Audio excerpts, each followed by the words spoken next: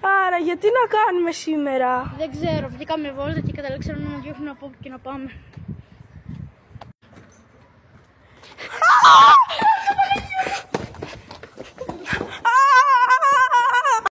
Αχ, επιτέλους μας. Ναι ρε φίλε. Έχουμε τώρα βρούμε εκεί στην γωνιά.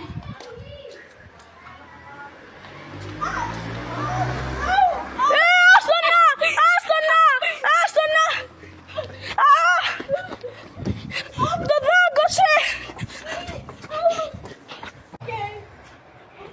Αναστάση, πρέπει να φύγω να το πάω να δω λίγο το λιμάνι. Εντάξει, γεια.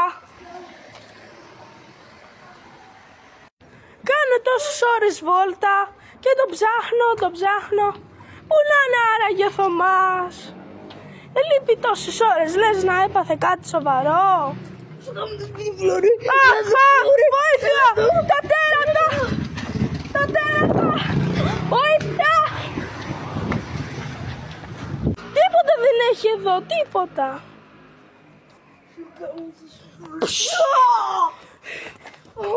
Πουτάνα! Φύγε! Τρέξε μωρή!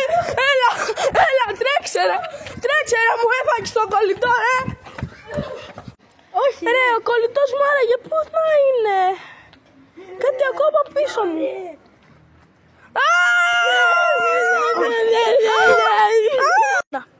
Ρε, πού είναι όλες τόσες ώρες ο Αναστάσης? Μας είπε να δέσει λίγο τα κορδόνια του και μετά τον χάσαμε. Αναστάση, εσύ είσαι. Αναστάση. Ρε, κοιμόσουν τόσες ώρες. Έπρεπε να δεις τα κορδόνια σου και κοιμήθηκες.